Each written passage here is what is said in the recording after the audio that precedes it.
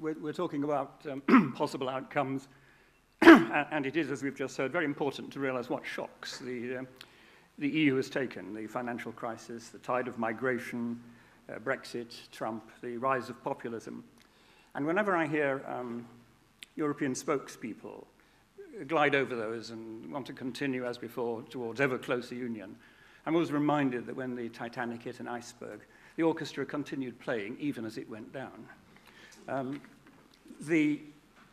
There is, I think, a little discipline when you start to look at the future to gaze very briefly at the past. This is a past that didn't happen but might have happened.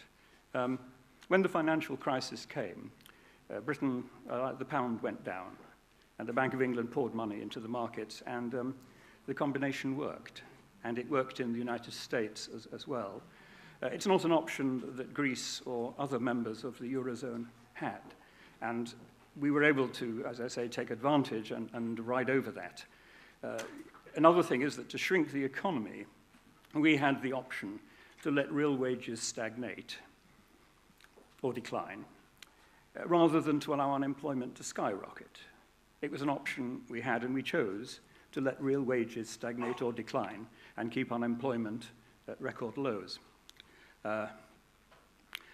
It's appropriate we are in Delphi because I actually have the reputation in think tank circles in Britain of being something of an oracle myself.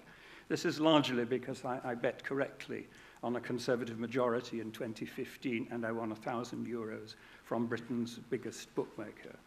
I bet correctly on Brexit and won another €1,000. I bet correctly on Trump and won another €1,000. Each time I spent it all on a party. But it has given me, something of the reputation. But I'm famously an optimist. I usually predict a rosy future for humankind. But I do know there will be valleys to cross before we reach the sunlit upland. For a steady recovery, investors like things to be smooth and as risk-free as possible. And if the EU does not offer that stability, those investors will take their money elsewhere. For its vision of the future of the EU, we have been committed to the concept of ever closer union, and it was important for that commitment that there could never be a step backwards. This was why they would not contemplate any country leaving the euro. That would be a step back from the inevitable onward march. And it is why any treaty that was rejected by the populace had to be put again to that populace until it was carried. Otherwise, it would have been a step back. Well, there has been a step back, of course, Brexit. Within 2 years, the United Kingdom will have left the EU, and it will be smaller. And I see rumblings of discontent in other countries that indicate some of them might seriously consider following that lead. So far, Britain has prospered. Project Fear suggested that it would be immediate recession, the stock market would plunge, et cetera, et cetera. We lose, I can't remember how many. 82% of all British academic economists supported that view, by the way. Well, we have record highs on the stock market.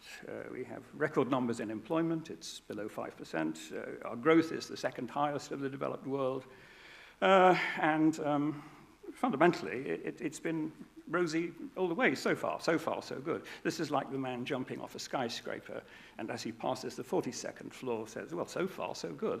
But as I said, I'm an optimist. And if the UK continues to prosper, as I believe it will, other countries might look with envy at its economy and maybe think of following it. There is a sense, I detect, that the world is retreating from globalism. I, of course, am a free trader by instinct. I'm a neoliberal to my very core. But the fact is that the world does seem to be retreating from that. And it may be that the huge multilateral deals that we have known will have to be replaced by a series of bilateral deals if we're going to achieve any more free trade agreements. From the very beginning of the euro, there's been an imbalance between the North and the South in Europe. And it's not an imbalance that's going to go away unless steps are taken to deal with it. One group urges political union now to make sense of it. But popular sentiment seems to have little appetite for this across Europe. So I'm one of those who thinks this is unlikely.